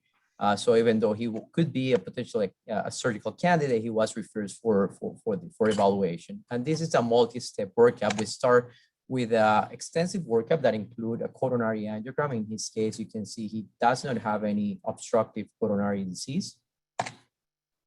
You can see his LVgram with some 3+ mitral regurgitation, which you can see more clearly on the transesophageal echocardiogram. And you can see that the etiology of the mitral regurgitation is a flail leaflet of the bioprosthetic mitral valve. There's nearly no stenosis with no stenosis across that prosthetic valve with a grading of 3. But you see that eccentric jet of mitral regurgitation, which you can also appreciate here on these 3D images with and without color. So you clearly has to be familiar with the valve that you're approaching. And for this, Dr. Bapat's Valve-in-Valve app is a great resource. In this case, this is the Mosaic 31 millimeter, which has a true internal diameter of around 26 millimeter. And then for further assessment, the CT is of paramount importance in this case to confirm the true internal diameter, which is again around 26 millimeters. And then more importantly, to simulate your transcatheter valve and estimate your neo-LVOT area, which in this case it's around 460 millimeters of square, and analyze your aortomitral angle. We know that neo-LVOT areas less than 250 are associated with increased gradients across the LVOT. And we have talked about this throughout the day. So once the patient is prepared, the room setting is very similar to what we do with transcatheter aortic valve replacements. And in addition to the usual material that we use for transcatheter aortic valve replacement, you also require catheters for your transeptal puncture, steerable sheets, your pacemaker, and stiff wire to position in the left ventricle. So the first step of the procedure is your transeptal. We, for most of the cases, we favor a mid to low and posterior transeptal puncture, which you can see in this case is around mid and a little posterior on the right side of your screen on the short axis. After your transeptal, we cross, this is a steerable sheet. In this case, it is a Terumo sheet, and we cross the prosthetic mitral valve with the pictal catheter. You can see the 3D TE, the catheter across that prosthetic mitral valve. Then we advance a stiff wire. In this case, we have a complete wire with the belly down in the ventricle, and we perform a septostomy. In this particular case, with a 14 millimeter balloon. And you wanna make sure your septostomy has a good result. So you wanna track your balloon across your septostomy. You can see on those 3D images, your balloon freely moving without resistance across your septostomy. And then we have to cross the septum with the transcatheter valve. One thing to highlight here, it's as opposed to transcatheter aortic valve replacement, we insert the delivery system of this particular valve with the E facing down to facilitate flex of the transcatheter valve as we cross through the septum, which you can see here on this on the right side of the screen. So after we cross the septum, we need to position our valve. And to position our valve before deployment, we gotta know exactly where we wanna land. And for this particular case in the Mosaic, we wanna place the distal edge of our valve. Just a reminder, for this case, we flip the load, how we load the transcatheter valve, the skirt outside, as we used to do it for apical transcatheter aortic valve. And we want the distal edge of our transcatheter valve just a few millimeters distal to the stent post of the prosthetic valve. And this is the deployment you can appreciate. As we deploy our valve, we're positioning our valve here, and this is the deployment.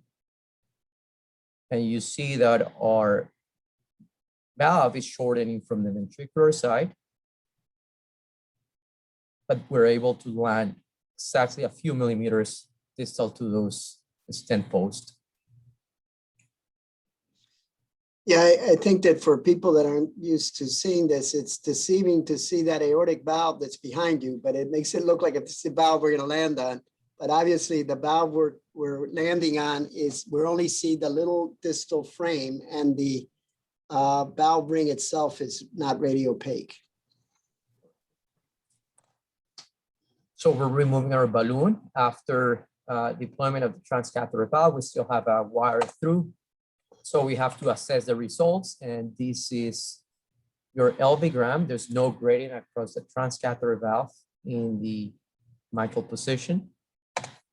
And then we further assess with echocardiography, and you see no mitral regurgitation. Just gotta mention that there was no gradient through the LVOT either. The gradient across the mitral valve, again, is minimal. It's around 1 to 2 millimeters. And this is the residual septostomy after we remove our delivery catheter. And clearly these results have to be confirmed with transthoracic echocardiography after finalization of the procedure, and you can see a normally functioning transcatheter valve in the mitral position with minimal gradients. This patient had symptomatic improvement, and he was discharged a couple of days later. Yeah, I think another thing to point out, Sergio, is that mitral valve and valve, just like TMVR, needs anticoagulation. And so that's something that we try to get away with a couple of times with people that had big bleeding risk, and we paid the price, both of them, with developing gradients and some thrombosis. The good thing is that when you do anticoagulate these people, eventually those clots usually go away like they do in the TAVRs. But something you can't forget, if you do these procedures, that these patients are going to be much more prone to thrombosing the valve, and that they should be in anticoagulation long-term. Any comments on these type of cases? Any tips or tricks? Yeah, Santi? it's just a beautiful result. Very well done. One thing that always comes for discussion is whether one needs to close the iatrogenic ASD after the procedure. And did you close it on this one, Sergio, or? Yeah, but he had a residual left to right shunt. We didn't see any evidence of bidirectional shunting, and I guess the consensus in this case was not to close it. Yeah. There's a recent paper that was published in a series of non-randomized patients, but it was an observational study of the outcomes of patients that did get their ASD closed and the ones who didn't, and apparently there was no real long-term benefit. However, I think there's no doubt that in patients that have substantial pulmonary hypertension, RV failure, severe TR, or certainly the ones that develop right to left shunt with hypoxia, that those are cases in which the ASD should be closed at the end. Yeah, we just actually, one of the other cases we were going to show if we had time was a patient that we had to make that decision on. That with the mitral clip, obviously we're going 34, and now with the Intrepid Transseptal, you're going to go 35. Right. I don't know. I think in those you're going to have to be thinking closure, because now we're talking a huge hole if we do that. That's why I still think that the staged mitral valve replacement transseptal is the future of transseptal valves, because you can do the procedures with much smaller transseptal holes. But I might be wrong. What are your thoughts, Santi? Yeah, I tend not to close these defects. I think the first case that was shown where you had to go back and put a second clip illustrates why I think you want to leave the door open unless you're forced to. And I think the comment that Ignacio made is well taken. And those patients, you have to at least think about closing. But I would say the overwhelming majority of patients I do not close because I'm worried about the need to go back either to put a Watchman or a PVL or whatever may be needed in the future. So, Joe, can you make some comments on on that. I mean, I remember when we first did the Everest trial, one of the things that everybody talked about is the majority of the patients that had a clip and it had failed could be repaired. But I'm not sure that wasn't overly optimistic. And I wanted to for you to talk a little bit about what that valve looks like when you go in there. And we've sent you a few that we haven't been able to get a good result on. So could you comment on that? Yeah, it's sure. No, that's a good point. I mean, I think the only time where a repair would be possible is if it's within a few days after the clip is implanted, because once that clip begins to fibrose on the leaflets, the only way to really remove that is to cut it out, and that includes the leaflets as well. So it's virtually impossible to repair. Or if the clip is just dangling on the free edge of the leaflet, maybe there's a possibility. But I don't, in my experience, and I've done a lot of re-ops on patients with clips, over the years, and I've never been able to repair one. And I can tell you, I've done easily at least 30 re-ops on patients with clips. Yeah, what's your local experience? Do you guys, have your surgeons been able to repair, or basically once you do clip, you're stuck with a valve replacement? Yeah, I think the ones that we have sent for an operation, they come out of the OR with the new valve. I think that's fair to say. Everybody's seeing the same experience. Yeah. Well, you have to think that the reason you're sending them to the OR is not good to start with. So it's either, leaflet detachment or destruction of the leaflets with worsening MR, or failure of just, of the procedure itself. So those are usually situations that are probably also reflective of valves that couldn't be repaired. Yeah. So Ignacio, first of all, going back to your point on closing the hole or when not to close the hole. Obviously, if you have right to left shunting, most of us would close the hole, especially if we're seeing desaturation and if we do a shunt fraction or whatever. But the whole point of the new technology for venting the left atrium is to leave a controlled left to right shunt. And, we're doing that trial in the RELIEF trial here at UM. And the patient do seem to get better. You don't know if it's placebo, but they do seem to get better. And so I always think that with the mitral clip, one of the things that we're doing besides decreasing the MR, is leaving a little left to right shunt. And I think it actually may be therapeutic rather than deleterious in most patients. Yeah, no, I agree. We've been part of the study too, and I completely agree with your comments that the procedure seems to work. But what the reasons why one might need to consider closing a defect after a left atrial procedure are exclusion criteria for the LAP device. For example, people that have severe pulmonary hypertension, or if they have bad RV function, or certainly if they have right to left shunt, those are patients in which the trial excludes them from the procedure. So, that's why if you have any of those situations that, an open shunt might be a more negative thing. But in general, if for the patients in which the LAP device have been proposed, those are patients that have not, they don't have severe pulmonary hypertension or RV failure. So in those situations, it's likely to work well. Yeah. And Joe, when you repair the mitral clip cases, do you often still see a persistent hole in the septum? Yes, all the time. Yeah. That's easily fixed at the time of surgery. Yeah, supposedly 60% close, I guess, all the way. And then probably another 40% don't close the rest of the way. But I don't know, they close on echo, but maybe not in real life. It's a respectable size hole. We see them up to a centimeter wide, so they're not small. They're like miniature ASDs. Yeah.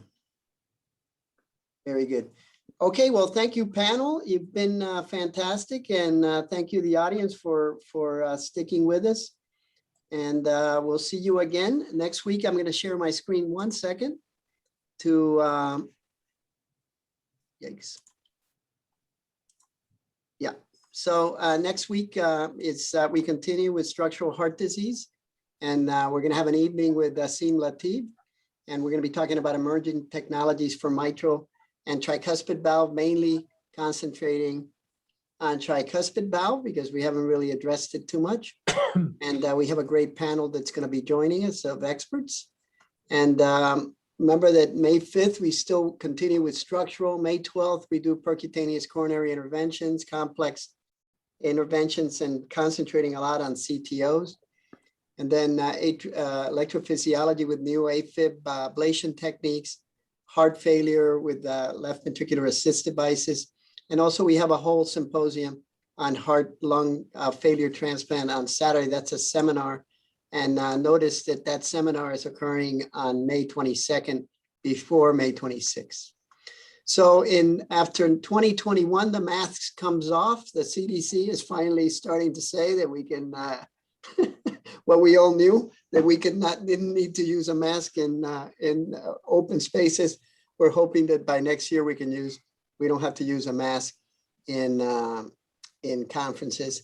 And so next year, Miami Valves, February 3rd to the 5th at the Miami Marriott Biscayne Bay. We'll be opening up reservations soon. And you can find the information on that on miamivalves.org. So thank you all very much. Thank you. Thank you, Eddie. Thanks for having me. Thank you. Bye-bye. Great addition. Bye-bye.